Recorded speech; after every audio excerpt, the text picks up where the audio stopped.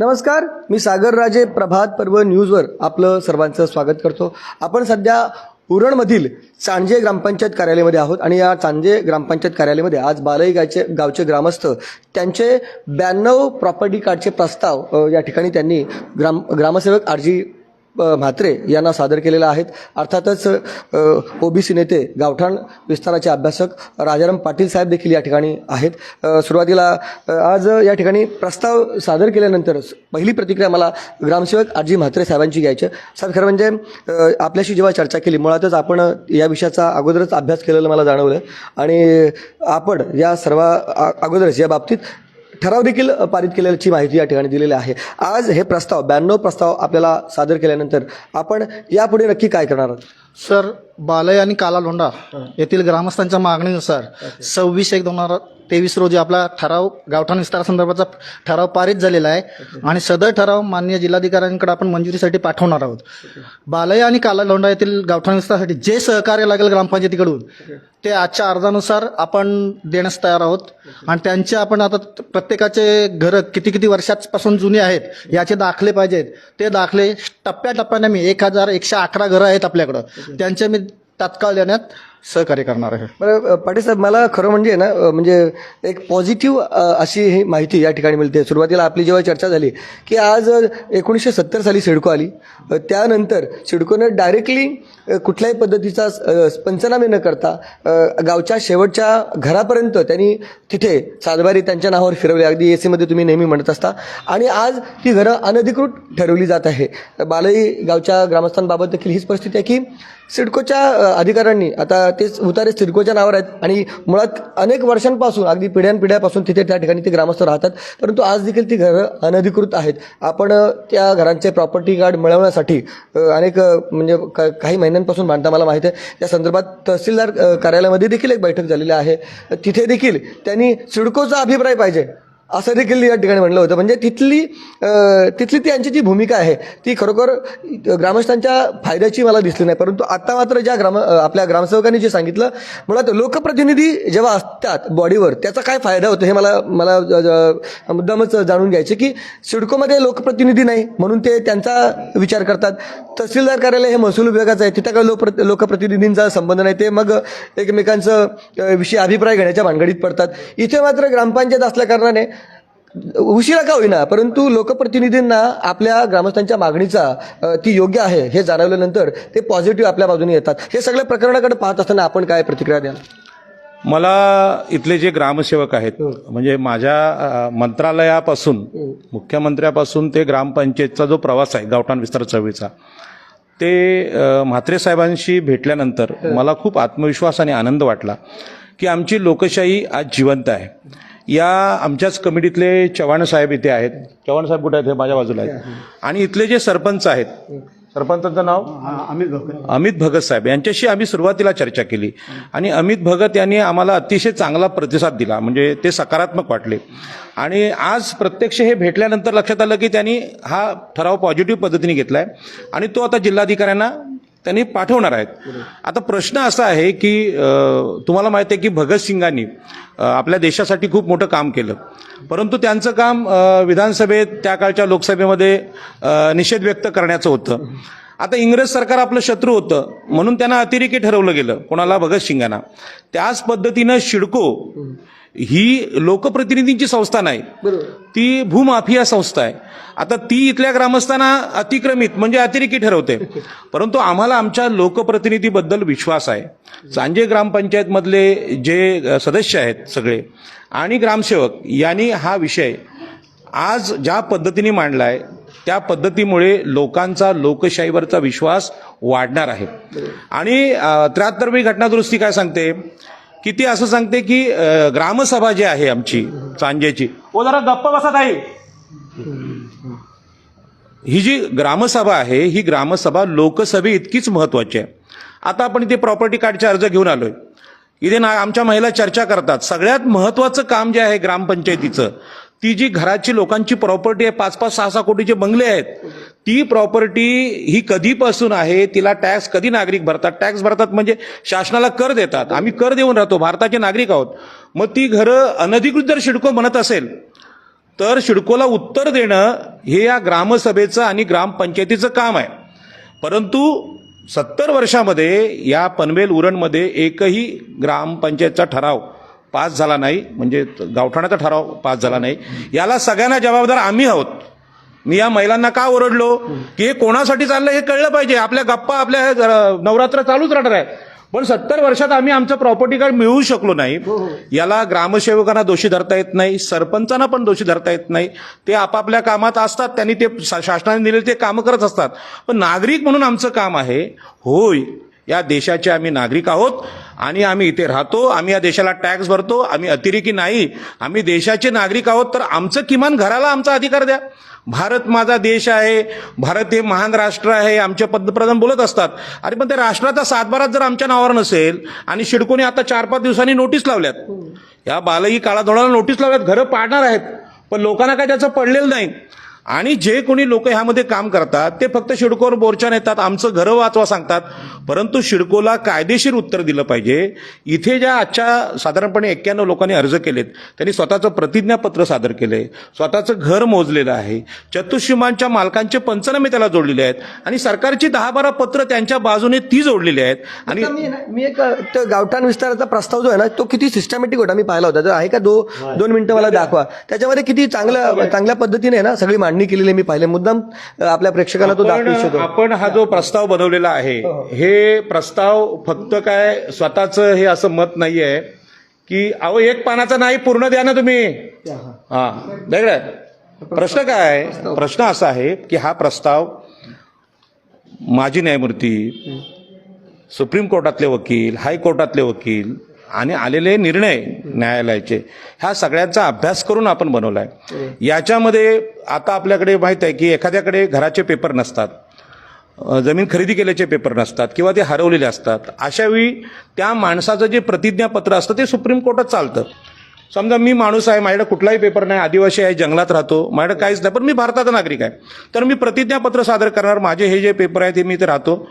त्या पेपरला चॅलेंज करायचा कोणालाही अधिकार नाही. तो जो बोलतो ते खरं मानावं लागतं. त्या नागरिकाला संविधानाने दिलेले अधिकार आहेत, आणि म्हणून आम्ही हे पत्र लिहिलेलं आहे. हा प्रस्ताव नाही दिला आपण, तर प्रस्ताव जो आहे तो प्रस्तावामध्ये आपण आता हे पण पत्र आम्ही सरकारला दिले की हे प्रॉपर्टी कार्ड 15 दिवसात त्याचे दाखले आम्हाला मिळाले नाहीत तर आम्ही उरण तहसील समोर जनआंदोलन करणार आहोत, आणि म्हणून त्याचं पत्र दिलेलं आहे. हा जो प्रस्ताव आहे, ह्या प्रस्तावामध्ये शेतकरी प्रबोधिनी ही रायगड जिल्ह्यातली सगळ्यात मोठी संस्था आहे, आणि या संस्थेच्यावर आपण पत्र दिलेली आहेत. याच्यामध्ये आपण महसूल अधिनियम 1966चा दाखला दिला आहे की यानुसार ह्या नोंदी घेण्याचा अधिकार आहे याला सरकारला. गावठाण हक्क कायदा 1967 आहे, स्वामित्व कायदा केंद्र सरकारचा म्हणजे आपल्या मोदी सरकारचा, नंतर ओबीसी SC ST प्रकल्पग्रस्त गावठाण हक्क अधिनियम 1983, यामध्ये जे मागासवर्गीय लोक आहेत ओबीसी SC ST अल्पसंख्याक त्यांच्या घरांना अधिकार दिला पाहिजे हे म्हटलंय. विभागीय आयुक्त कोकण भवन यांनी आम्हाला पत्र दिलेलं आहे बालई गाव काळाधोंडा ग्रामपंचायतला की तुम्हाला गावठाणाचा अधिकार आहे. सिडकोने आम्हाला पत्र देऊन कळवलंय की गावठाणा आमचं काम नाही, हे कोणाचं आहे, महसूलचं, ग्रामपंचायतचं आहे, तहसीलचं आहे. तरी सुद्धा तहसीलदार काय बोलतात आपल्याला, नाही आम्हाला सिडकोचा अभिप्राय घ्यावा लागेल. तुम्ही पगार कोणाचा घेता, महसूल विभागाचा घेता ना, काही सिडकोचे MD तुम्हाला पगार देतात. परंतु नागरिक तर्क करत नाहीत, नागरिक अभ्यास करून विचारत नाहीत, आणि म्हणून अशी बेफिक्रीची उत्तरं इथे आपल्याला मिळतात. त्यानंतर बघा महसूल व वन विभाग यांच्याकडचं अवर सचिवांचं पत्र आहे, सिडकोचं पण पत्र आहे, आम्ही घरावर कारवाई केलेली नाही, हा सरळ आहे. नंतर राज्य अनुसूचित जाती जमाती आयोग, जो आयोग अॅट्रॉसिटी दाखल करू शकतो अधिकाऱ्यांवर, अशा प्रकारचा तो त्यांचं पत्र आहे की या मागासवर्गीयांच्या घराला कोणी हात लावू नये. त्यानंतर महाराष्ट्र शासन जमाबंदी आयुक्त यांचं सुद्धा पत्र आहे, म्हणजे भूमी अभिलेखचं, म्हणजे आयुक्तांनी महाराष्ट्राच्या लेवलला ते पत्र दिलंय. बघा अजून मुद्दा मला दाखवायचं आहे, खरं म्हणजे मी पाहिलं होतं ना, त्याच्यामध्ये काय बघा की राहत्या घराबाबत प्रतिज्ञापत्र आहे कोणाचं, नागरिकांचं ज्यांचं घर आहे. त्याच्यामध्ये बघा त्यांनी काय दिलंय, घर कर पावती दिले, आधार कार्ड दिलंय, रेशन कार्ड दिलंय, पॅन कार्ड दिलंय, जात प्रमाणपत्र दिलंय, आणि त्याचा असेसमेंट उतारा दिलेला आहे. म्हणजे जेवढे पेपर पाहिजे, हे जे आहे ना, हा अर्ज आहे ना, ह्याच्यामध्ये हे नोटरी केलेला प्रतिज्ञापत्र आहे ते त्यांनी दिलेलं आहे. चांजे ग्रामपंचायतची करपावती आहे, म्हणजे घरपट्टी आहे, असेसमेंट उतारा आहे, आणि ह्याच्यामध्ये स्वतः केलेला सर्वेअरनी केलेला नकाशा आहे. म्हणजे नकाशा मोजायचं भूमी अभिलेखचं काम सुद्धा आमच्या लोकांनी लोकवर्गणीतून केलंय. हा नकाशा आहे, हा नका. मी हे एवढं दाखवायला का सांगितलं की प्रॉपर्टी कार्ड मिळावं म्हणजे यासाठी फक्त साधं पत्र नाही, हे सर्व अगदी पुरावे त्याच्यामध्ये जेवढे काय डॉक्युमेंट्स लागतील जातीचा ते दाखला. सगळं जोडून या ठिकाणी तो प्रस्ताव सादर केलेला आहे. त्याच्यामुळे त्याला एक वेगळं महत्व आहे. आणि गाव कमिटीची जी मेहनत आहे, त्यांचा ठराव आहे आणि त्यांची सगळी शासनाची पत्र त्यांना आलेली आहेत. आमचे रवींद्र चव्हाण याचं काम बघतात, त्यांची पत्र आहेत ती दिलेली आहे. माझं असं म्हणणं आहे, कायद्याचे जे जाणकार आहेत ते कायद्याच्या जाणकारांनी कुठल्याही वकिलांनी ही काय रीट याचिका आहे याचं रूपांतर याचिकेमध्ये होईल.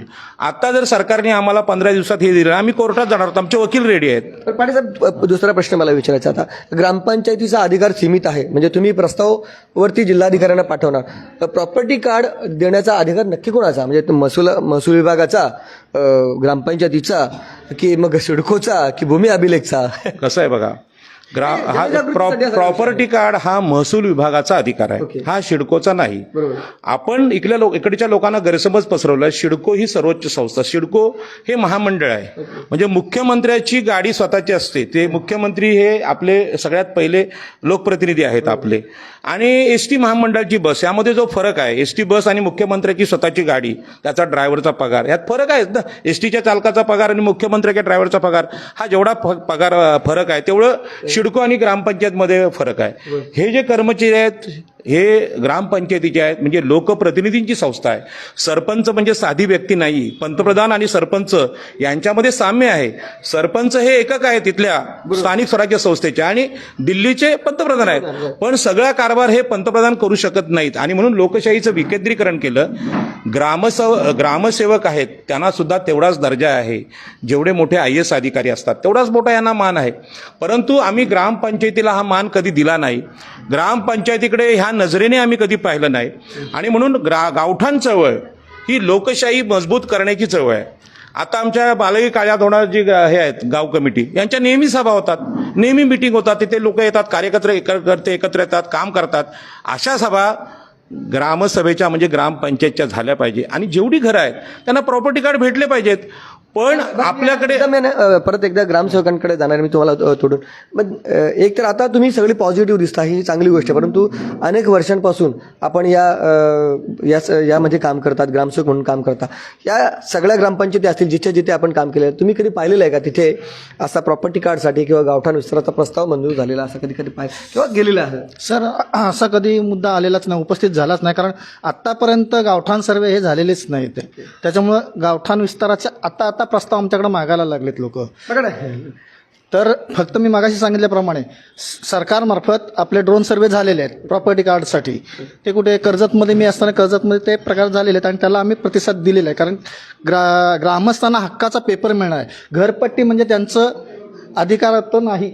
बरोबर. जर प्रॉपर्टी कार्ड मिळालं तर त्यांना त्याचं डेव्हलपला देता येईल. काय त्यांना जे आता जी सिडको जी आता अनधिकृत ठरवते, जर प्रॉपर्टी कार्ड असतं ते अनधिकृत ठरवलं नसतं ना. सगळ्यात महत्त्वाचा तुमचा जो मगाशी प्रश्न होता की प्रॉपर्टी कार्ड देणं हा कोणाचा अधिकार आहे. मुळात 7/12 जमिनीचा कसा बनतो तर तहसीलदार आणि तालुका भूमी अभिलेख हे सर्वे करतात, नकाशे बनवतात आणि प्रत्यक्ष जे महसुली जे सगळ्या नोंदी आहेत ते तहसीलदार घेतात आणि त्यांना तो अधिकार आहे. तर तहसीलदाराने ते बनवणं हे गरजेचं आहे. परंतु तहसीलदारांकडे निवडून आलेले सदस्य नसतात, ते कुठे असतात? ग्रामपंचायतमध्ये. म्हणजे ग्रामपंचायत ही बालई, काळाधोडा, चांजे ग्रामपंचायत ही आमच्यासाठी लोकसभा आहे, ही विधानसभा आहे आमची. आमच्याकडे मुख्यमंत्री येऊ शकत नाही, पण आमच्याकडे सरपंच आहेत हे मुख्यमंत्री आणि पंतप्रधानांच्या तोडीचे आहेत. आणि आमचे हे जे ग्रामसेवक आहेत जसे देशाचे मुख्य सचिव असतात किंवा कायदेविषयक तज्ज्ञ असतात त्यांचा मान यांना आहे. आणि मला अभिमान आहे की म्हात्रे साहेबांचा अभ्यास तेवढा आहे आणि त्यांनी ते सत्य कबूल केलं जे पनवेल तहसीलदारांनी केलं. 70 वर्षात एकही गाव मोजलं गेलं नाही. आता एकही गाव मोजलं गेलं नाही, आमचे लोक लगेच टीका करतील कोणावर? राजकीय पक्षांवर, नेत्यांवर. पण त्यांचं काम नाही. आपला संसार आणि घर हे कोणी चालवत असतं? आपण चालवत असतं. जसं चूल आपण पेटवतो तसं प्रॉपर्टी कार्ड कोणी घेतलं पाहिजे? आम्ही घेतलं पाहिजे. बाजूला लेखनिक आहेत साहेब, रावळे साहेब ना, आपलं नाव काय? संजीव रावळे. बरं, रावळे साहेबांशी मी जेव्हा आलो तेव्हा त्यांच्याशी बोललो. मी त्यांना दाखवलं की बाजूला ते जरा पाठीमागे आहे ना ते डोंगर दिसते, जरा प्लीज कॅमेरा थोडा तिकडे मारता का? कदाचित आता व्यवस्थित दिसणार नाही. परंतु तिथे डोंगर, तिथे खूप मोठी वस्ती आहे, म्हणजे टेकडी म्हणूया आपण, ती टेकडी म्हणूया. आणि मी विचारलं बा ही जागा ही गुडचरण जागा आहे. ते म्हणाले बरं गुडचरण आहे, मग आता सध्या उतारा काय? उतारावरती म्हणजे सिडको आहे.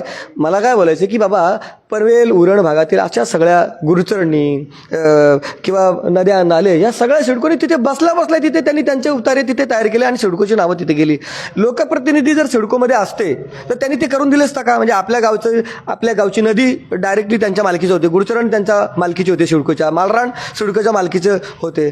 जर त्या सिडको या संस्थेमध्ये त्या काळात जर तिथे लोकप्रतिनिधी असते तर आपल्या गावच्या त्या मालकीच्या गोष्टींवर त्यांनी कधीच सिडकोचा म्हणजे सातबारा तिथे सिडकोचं नाव येऊ दिलं नसतं. परंतु दुर्दैवाने सिडको या संस्थेमध्ये लोकप्रतिनिधी नसतात. आता देखील तिथे एमडी बाकीचे एमडी किंवा जॉईंट एमडी हे सगळे ते त्यांच्याकडेच हे सगळे अधिकार असतात. कधीतरी तिथे मग म्हणजे चेअरमन येतात किंवा डायरेक्टर येतात. अगदी निवडणुका 6-7 महिन्यावर आल्या किंवा वर्षावर आल्या की तिथे मग त्यांच्या त्या नियुक्त्या केल्या जातात आणि प्रचंड गोंधळ असतो या सगळ्या गोष्टीचा. त्यांना देखील नाममात्र अधिकार असतात आणि लोक मग त्यांच्या नावाने बोंबा मारत असतात. प्रत्यक्षात लोकनियुक्त त्या ठिकाणी म्हणजे लोकप्रतिनिधी असायला पाहिजे होते, परंतु तसं न केल्याने आज परत हा सिडको सगळा घोळ घालू शकली किंवा लोकांवर अन्याय झाला आणि असाच अन्याय होत राहिलेला. परंतु सुदैवानं राजाराम पाटील साहेब असतील किंवा त्यांच्यासोबत काम करणारे अनेक कार्यकर्ते असतील त्यांनी जनजागृती या ठिकाणी केलेली आहे. लोकांचे अधिकार त्यांना माहीत करून दिलेले आहेत आणि म्हणून आत्ता म्हणजे 1970 सालानंतर 2023 पर्यंत उजाडलेलं आहे की लोकांना त्यांच्या हक्काची जाणीव झालेली आहे की बाबा आपलं घर हे अधिकृत असायला पाहिजे होतं, परंतु ते अनधिकृत आहे. आता ते अधिकृत या ठिकाणी करण्यासाठी हा सगळा प्रपंच चाललेला आहे. साहेब, ही सगळी पार्श्वभूमी मी खरं म्हणजे सांगितली, जरा जास्त बोललो असावा बऱ्याच प्रेक्षकांना वाटेल, परंतु जनजागृतीसाठी हा सगळा विषय मांडतोय मी. आता शेवट काय असणार आहे सगळ्या गोष्टी? आज आपण बघितलं म्हणजे लोकप्रतिनिधींच्या बाबतीत पण मला म्हणायचं आहे की सिडकोचं जे भूसंपादन झालं ही इथल्या आगरी, कोळी, कराडी, चर्मकार, मातंग या मागासवर्गीय समाजाच्या जमिनी होत्या आणि यासाठी लोकनेते दिबा पाटलांनी हे आंदोलन केलं की आमची गावं तरी वाचली पाहिजेत. 5 हुतात्मे झाले, अनेक लोक तिथे मृत्युमुखी पडली आणि याच्यावर वसंतदादा पाटील या मुख्यमंत्र्यांनी गोळ्या घातल्याचं उदाहरण सगळ्यांना माहीत आहे. आज असा प्रश्न आहे, सिडको महामंडळाला अध्यक्ष नाही. मागच्या काळात प्रशांत ठाकूर होते. माझं असं म्हणणं आहे, गणेश नाईक असतील, मंदाताई म्हात्रे असतील, प्रशांतदादा ठाकूर असतील, तुमचे रमेशदादा पाटील असतील आणि इकडचे सगळे जे आमचे आमदार आहेत, या आमदारांना सिडकोचं अध्यक्षपद का देत नाही मुख्यमंत्री, हा माझा प्रश्न आहे. मला तर वाटतं म्हणजे काय अगदी म्हणजे 4 वर्ष आहेत ना, 4 वर्षी महामंडळाची तशीच जातात, तिथे कोणही लोकप्रतिनिधी नसतो, शेवटच्या घटकेला दिलं जातं. म्हणजे हे सगळ्या लोकप्रतिनिधींचं अपयश आहे त्यांचं. हे आमदार खासदार जे असतील ना त्यांच्या सगळ्यांचंच अपयश आहे की तुम्हाला त्या महामंडळावर प्रतिनिधी म्हणून जाता येत नाही आणि त्यामुळेच लोकांवर अन्याय होत. अजून देखील 70 वर्ष झाली तरी लोकांना त्यांना त्यांचे मोबदले मिळाले नाही. लोकप्रतिनिधी म्हणजे खास करून ठाणे, रायगड, मुंबईचे जे आगरी कोळी लोकप्रतिनिधी आहेत त्यांची फसवणूक आहे की त्यांना सिडकोसारख्या आपल्याच जमिनीवरच्या महामंडळाचं अध्यक्षपद मिळवता येत नाही आणि हे झालं ते लोकप्रतिनिधींचं. परंतु आजची जी लोकसत्तेची बातमी आहे, मीरा बोरवणकर माजी पोलीस आयुक्त आहेत, अतिशय मोठे अधिकारी आहेत, त्यांनी एक पुस्तक लिहिलंय. त्यामध्ये त्यांनी सांगितलंय की सरकारी जमिनींचा लिलाव करणं हे काम आपल्या सगळ्या आजी माजी उपमुख्यमंत्र्यांकडून झालेलं आहे. ते फार भयानक आहे. म्हणून हे आता जे बोलले ना दादा बोलले की इथलं गुरुचरण जागा विकलेली आहे, ही जागा का विकली तर हे आमचे सगळे आहेत ना भाऊ बहीण, यांचं दुर्लक्ष आहे. यांना माहीत नाही गुरुचरण आमचं आहे, हे गावठाण आमचं आहे, आम्ही देशाचे मालक आहोत. यांनी निष्क्रियता दाखवल्यामुळे सरकारी लोकप्रतिनिधी आणि प्रशासकांनी इथल्या जमिनी विकल्या आणि गुरुचरण जागा चांजेची पण विकली आहे, पनवेल तालुक्यातल्या सगळ्या गेलेल्या आहेत. तुम्हाला माहिती आहे हे आपलं अपयश आहे. म्हणून अशा प्रकारचे ठराव, अशा प्रकारचे प्रस्ताव ग्रामसेवकांकडे देणं हे आपलं पहिलं काम आहे आणि आज त्या कामाला सुरुवात झाली. सदस्य या ठिकाणी आहेत. आपलं नाव? बबनराव चव्हाण. ह्या ग्रामपंचायतीमध्ये चांजे ग्रामपंचायतीमध्ये साधारण किती पाडे आहेत? तरी 15 नाही 20 एक असतील. 15 पाडे आहेत ना. पण 15 पाड्यामध्ये सगळीकडे सिडको आहे का? हां, सर्वीकडे सिडको आहे. म्हणजे सगळी घरं आता सिडको कधीतरी अनधिकृत ठरणार. पण त्याला बालही ग्रामस्थ जागृत झालेले आहेत. रवींद्र चव्हाण सर, बरोबर ना? बरं, आजचा हा प्रस्ताव तुम्ही प्रॉपर्टी कार्डचा प्रस्ताव यांना दिल्यानंतर त्यांच्याकडनं देखील पॉझिटिव्ह अशी प्रतिक्रिया आलेली आहे. तुम्ही काय बोला? आम्ही एवढा जो प्रयत्न केला, हे बालई कालाडोंडा ग्रामविकासाचं जे आम्ही सुरुवातीला गावठाण परिषद स्थापन केली, त्याला जवळजवळ आम्ही 7-8 महिने काम करतोय. आम्ही जे 6व्या महिन्यात पत्र दिलेलं आहे आणि त्या पत्रावर त्यांनी चांगला आम्हाला प्रतिसाद दिला आहे, त्याबद्दल आम्ही सर्व मिळून त्यांचं अभिनंदन करतो. कारण आम्हाला त्याने एक आमच्या बाजूने एक आमचा प्रॉपर्टी कार्डसाठी एक पत्र दिलं, त्याबद्दल ह्या कामाची चीज झालं असं मी म्हणतो. नाही, शेवटी तो ग्रामपंचायतीचा ठराव अधिकृत ठराव आहे आणि त्याला एक वजन असणार आहे आणि निश्चितच कोर्टात देखील त्याची दखल घेतलेली आहे या सगळ्या गोष्टीची. बरं, महिला आहेत, कोणी बोलणार आहेत का? बरं, हा सगळा लढा तुमचा चालू आहे, आज 8 महिने झालेले आहे. या सगळ्या एकीचा कुठेतरी फायदा तुम्हाला होताना दिसणार आहे का, असं वाटतं का? कलावती ठाकुर, सॉरी मैं हिंदी में बोलूँगी. मुझे थोड़ी आशा है कि हो सकता है इन लोग इतना प्रयास कर रहे हैं और मैं इतना ही बोलना चाहूँगी कि ग्राम सेवक से रिक्वेस्ट है कि प्लीज़ आप 15 दिन के अंदर हो सके तो हमको प्रॉपर्टी कार्ड दीजिए, कारण कि हम भी अपना इतना टाइम निकाल के यहाँ पर आ रहे हैं, ये सब भी इतना मेहनत कर रहे हैं, तो मुझे आशा है कि आप तुरंत मतलब जल्द से जल्द आप ये काम करेंगे हमारे लिए. तो प्रॉपर्टी कार्ड देण्याचा विषय त्यांचा नसणार आहे, परंतु आपल्या बाजूने जेवढे डॉक्युमेंट आपण सादर केले तर बोला. सर, प्रॉपर्टी कार्ड देण्याचं काम हे ग्रामपंचायतीचे नाही आहे, परंतु प्रॉपर्टी कार्ड काढण्यासाठी जे ग्रामपंचायतीकडून सहकार्य लागेल ते एनी टाइम द्यायला आम्ही तयार आहोत, एवढंच मला बोलायचं होतं. अजून कोणाला बोलायचं आहे का आपल्यापैकी? का बोलायचं आहे का कोणाला? हो का? तर या ठिकाणी बालई गावचे ग्रामस्थ आपले प्रॉपर्टी कार्ड मिळावे यासाठी गेल्या 8 महिन्यापासून भांडत आहेत आणि मला वाटतं की सिस्टमॅटिक आणि अगदी प्रत्येक गोष्ट त्यांनी व्यवस्थित केलेला आहे आणि तो प्रवास त्यांचा आहे ना, मला वाटतं पॉझिटिव्ह या ठिकाणी प्रवास जो आहे त्यांचा तो अगदी व्यवस्थित चालू आहे असं म्हणता येईल. आणि बोला. महत्वाचा प्रश्न आहे. बोला. सिडकोने पंचनामे न करता आपल्या नावावर सातबारे केले, ती गोष्ट सगळ्यांना माहीत झाली. पण सिडको संपादित जमिनीवर जर घर असेल तर ते न्यायालयाकडून अधिकृत करता येतं, पण त्यासाठी पहिला पत्रव्यवहार हा असावा लागतो, जो हा केलाय. आणि असा विजय आमचे हे भोईर आहेत, बोलायला लाजतात फार, रिक्षा चालक आहेत, पण यांनी सिडको संपादित जागेवर आपलं घर अधिकृत करून कोर्टातून घेतलेलं आहे. आणि हे आमचे सगळ्यात सन्माननीय सदस्य आहेत बालई काळा. थोडीशी माहिती दे ना तुमचं काय, थोडक्यात. नाही, यांनी काय केलेलं आहे, सिडको जमिनी संपादित झालेली होती यांची, त्यावर सातबाऱ्यावर नाव सिडको राहिलं, पण घर हे अगोदरपासून आहे आणि ते सरकारच्या न्यायालयाच्या निदर्शनास आणून दिलं. निदर्शनास आणण्याचा प्रकार हा आहे. हे सगळे पुरावे जोडायचे, जसं यांनी सांगितलं ग्रामसेवकांनी, आम्ही सगळे पेपर बाकी सहकार्य करू, तसं यांनी केलं आणि त्यांचं घर वाचलं.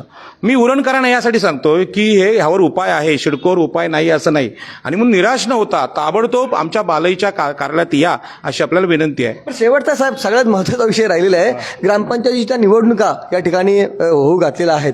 म्हणजे हा विषय बालईसाठी जरी असला तरी संपूर्ण उरण, पनवेल या सगळ्या भागात किंवा रायगडमधील सर्वच ग्रामपंचायत आहेत जिथे आता सिडको नाही, महानगरपालिका नाही, त्यांना असे ठराव घेता येतील आणि निश्चितच भविष्यात त्याचा फायदा होऊ शकेल. तुम्हाला नाही वाटत का आगामी निवडणुकीमध्ये ग्रामस्थांनी असा आग्रह धरला पाहिजे, जो ग्रामपंचायतीमध्ये जो सरपंच किंवा जी बॉडी आम्हाला आमचे गावठाण हक्क म्हणजे गावठाण विस्तारासाठी प्रयत्न करून देईल किंवा प्रॉपर्टी कार्डसाठी जे प्रयत्न करून देतील त्यांना या ठिकाणी पाठिंबा दिला पाहिजे, असं ना म्हणता येईल का तुम्हाला? प्रश्नच नाही की आता आपल्या ग्रामसेवकांनी कबूल केलं, जिल्हाधिकारी म्हसे यांनी कबूल केलं, पनवेल तहसील आणि पनवेल प्रांतांनी कबूल केलं की 70 वर्षात आम्ही एकही गाव मोजलं नाही.